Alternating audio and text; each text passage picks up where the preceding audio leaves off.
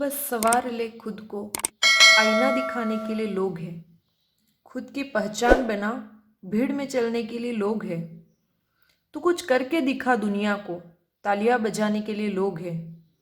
तू अपनी खूबियां ढूंढ, कमियां निकालने के लिए लोग हैं। चलना है तो आगे चल, पीछे खींचने के लिए तो लोग हैं ही। जीवन में हमें हमेशा आगे बढ़ना है, क्योंकि हमें पीछे खींचने के लिए या हमारे ऊपर हंसने के लिए, हमारा उत्साह को डगमगाने के लिए तो बहुत सारे लोग हैं जो कभी नहीं चाहेंगे कि हम आगे बढ़े या सफलता प्राप्त करें। तो इसलिए आपको लोगों की कभी भी परवाह नहीं करना है, क्योंकि अगर आप भी ये सोचोगे कि लोग क्या सोचेंगे तो फिर वो क्या सोचेंगे। तो सोचने का काम या आपको गिराने के तरीके या आपको डराने के तरीके सोचने के काम आप लोगों के लिए ही छोड़ दीजिए।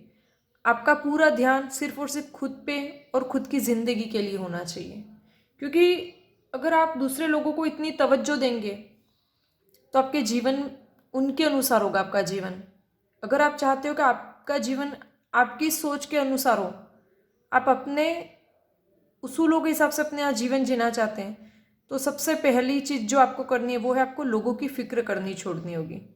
बस आपको अपना बेस्ट करना है, आगे जो भी होगा वो बेहतर ही होगा। तो चलिए शुरू करते हैं आज का वीडियो। अभी तक हम कारक के 6 भेद पढ़ चुके थे। आज हम पढ़ने जा रहे हैं 7वां भेद, अधिकरण कारक। इसकी परिभाषा है, जिस पद से क्रिया के आधार का बोध होता है वह पद अधिकरण कारक होता है। नोट में हमने लिखा है, संज्ञा या सर्वनाम के जिस रूप से क्रिया के आधार का बोध हो। आधार का मतलब है जिस पे वो चीज रखी हो, जो बेस हो। इसके विभक्ति चिन्ह है या कहिए परसर्ग, मैं, पे और पर, जिसमें से आपको मैं और पर ज्यादातर दिखाई देंगे।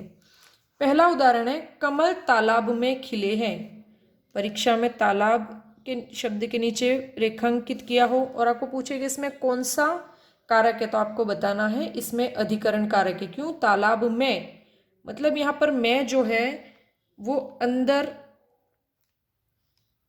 या कहिए भीतर का भाव प्रकट कर रहा है। तो मैं जो होता है विभक्ति चिन्ह वो अंदर या भीतर के लिए प्रयुक्त होता है। मतलब तालाब के अंदर क्या खिले हुए? कमल। राम सीता वन में रहते थे, तो यहाँ पर भी वन जो शब्द है उसमें हमारे अधिकरण कारक है। प्याले में दूध भर दो, प्याले में मतलब प्याले के अंदर दूध भर दो। नगर में स्वच्छता बनाए रखिए, नगर शब्द जो है वो भी हमारे अधिकरण कारक है। उसने कहा था कि वह 2 घंटों में लौट आएगा। देखो यहाँ पर अगर देखिए उसने, तो यहाँ पर तो है हमारे कर्ता कारक। कहा था कि वह 2 घंटों में लौट आएगा, तो 2 घंटों में, तो यहाँ पर हमको क्या बताया गया है? अवधि। तो जहाँ पर भी अवधि या समय बताया जाए कि इस समय में वो आ जाएगा, तो समयावधि जहाँ हो वहाँ पर भी हमारे अधिकरण कारक होगा। वह होश में नहीं था, होश में मतलब यहाँ पर स्थिति बताइए, तो जहाँ पर किसी व्यक्ति की स्थिति या अवस्था बताई हो वहाँ पर भी आपके अधिकरण कारक है। सचिन अंधों में काना राजा है, अंधों में काना राजा, तो यहाँ पर हमने बहुत सारे लोगों में से तुलना की है ना, तो इसलिए यहाँ पर भी तुलना के अर्थ में क्या आया है? अधिकरण कारक। अभी 8 बजने में 5 मिनट कम है, अभी 8 बजने में 5 मिनट कम है, तो यहाँ पर भी समय बताया है हमने, यहाँ पर भी अधिकरण कारक।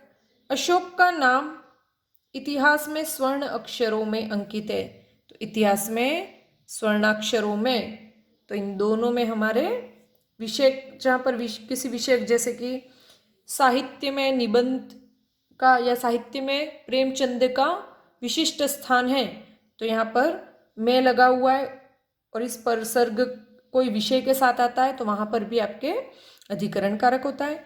राम और श्याम में गहरी दोस्ती है, राम और श्याम में, तो यहाँ राम और श्याम जो है पद, यह अधिकरण कारक का पद है।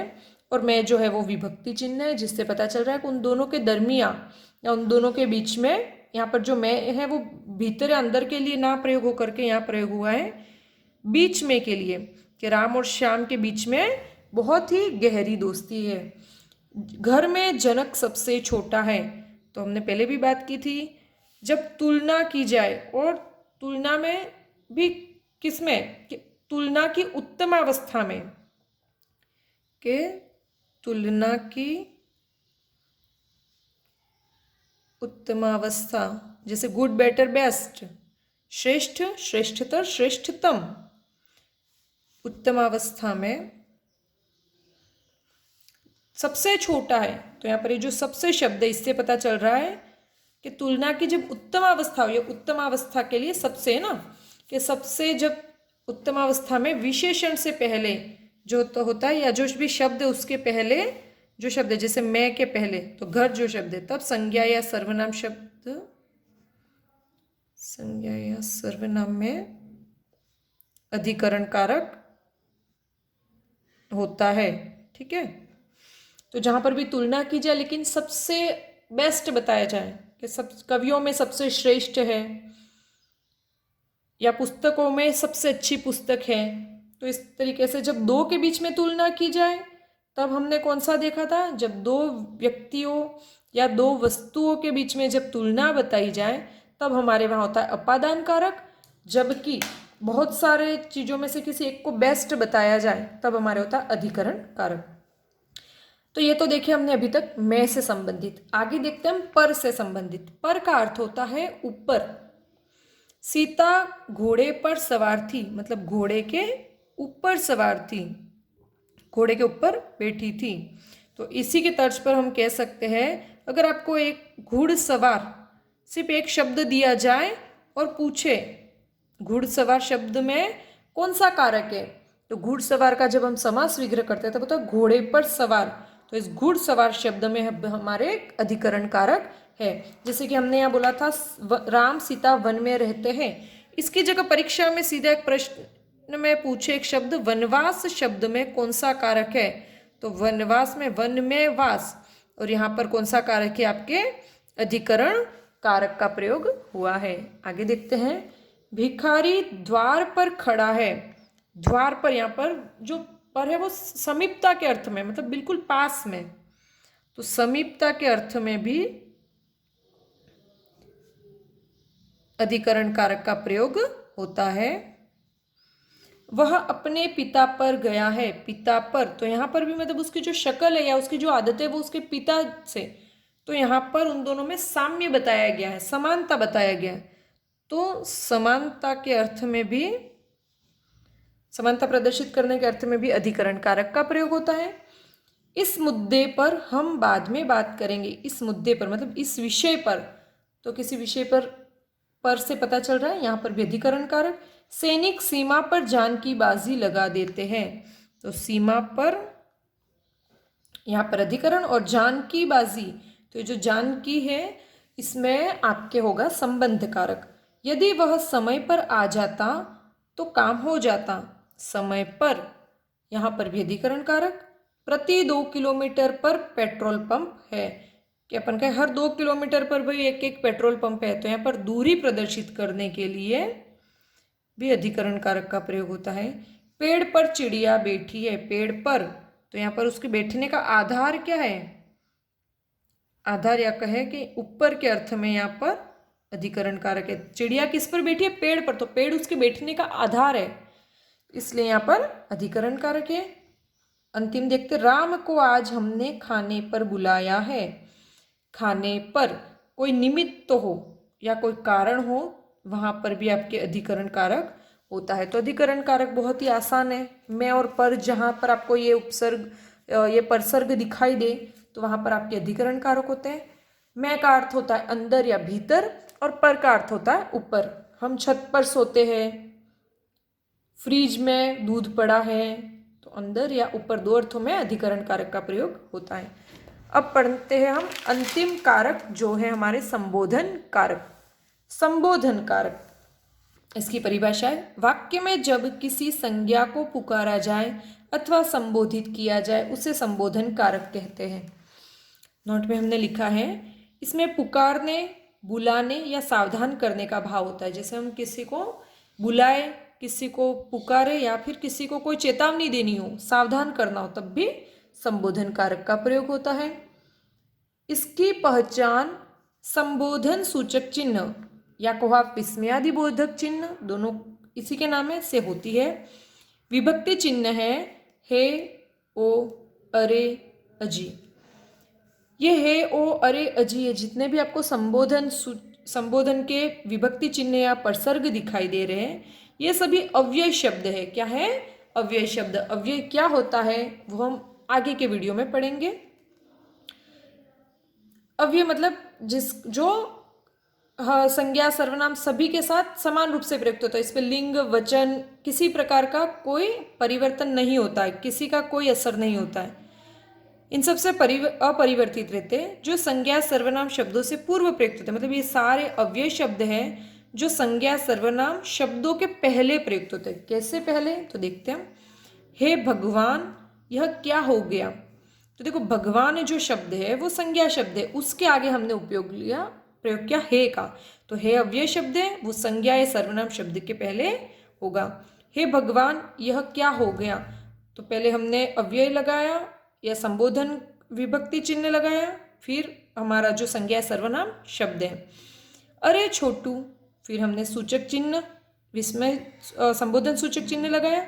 2 कप चाय देना। हम कहीं जाते ना, जैसे कि कोई चाय की दुकान पे यूँ और कहते ना, अरे छोटू 2 कप चाय देना, तो हम उसको बुला रहे हैं ना। तो जब भी किसी व्यक्ति को बुलाते हम, तो तब बुलाने के अर्थ में संबोधन कारक होता है। ओ भाई, कहाँ भागे जा रहे हो? अरे बच्चों, शोर मत करो। अजी, सुन तो लीजिए। इन सारे वाक्यों में हे भगवान, अरे छोटू, ओ भाई, अरे बच्चों, अजी, ये सभी आपके संबोधन कारक के उदाहरण हैं। नोट में हमने लिखा है संबोधन कारक में संज्ञा शब्दों के बाद संबोधन सूचक चिन्ह लगाया जाता है। अर्थात जो संबोधन कारक के विभक्ति चिन्ह है वो तो पहले लगते हैं, उसके बाद संज्ञा या सर्वनाम शब्द होते हैं, और इन शब्दों के बाद संबोधन सूचक चिन्ह। आपने अभी तक देखा होगा जितने भी कारक होते हैं उनके विभक्ति चिन्ह संज्ञा या सर्वनाम शब्दों के बाद में लगते हैं।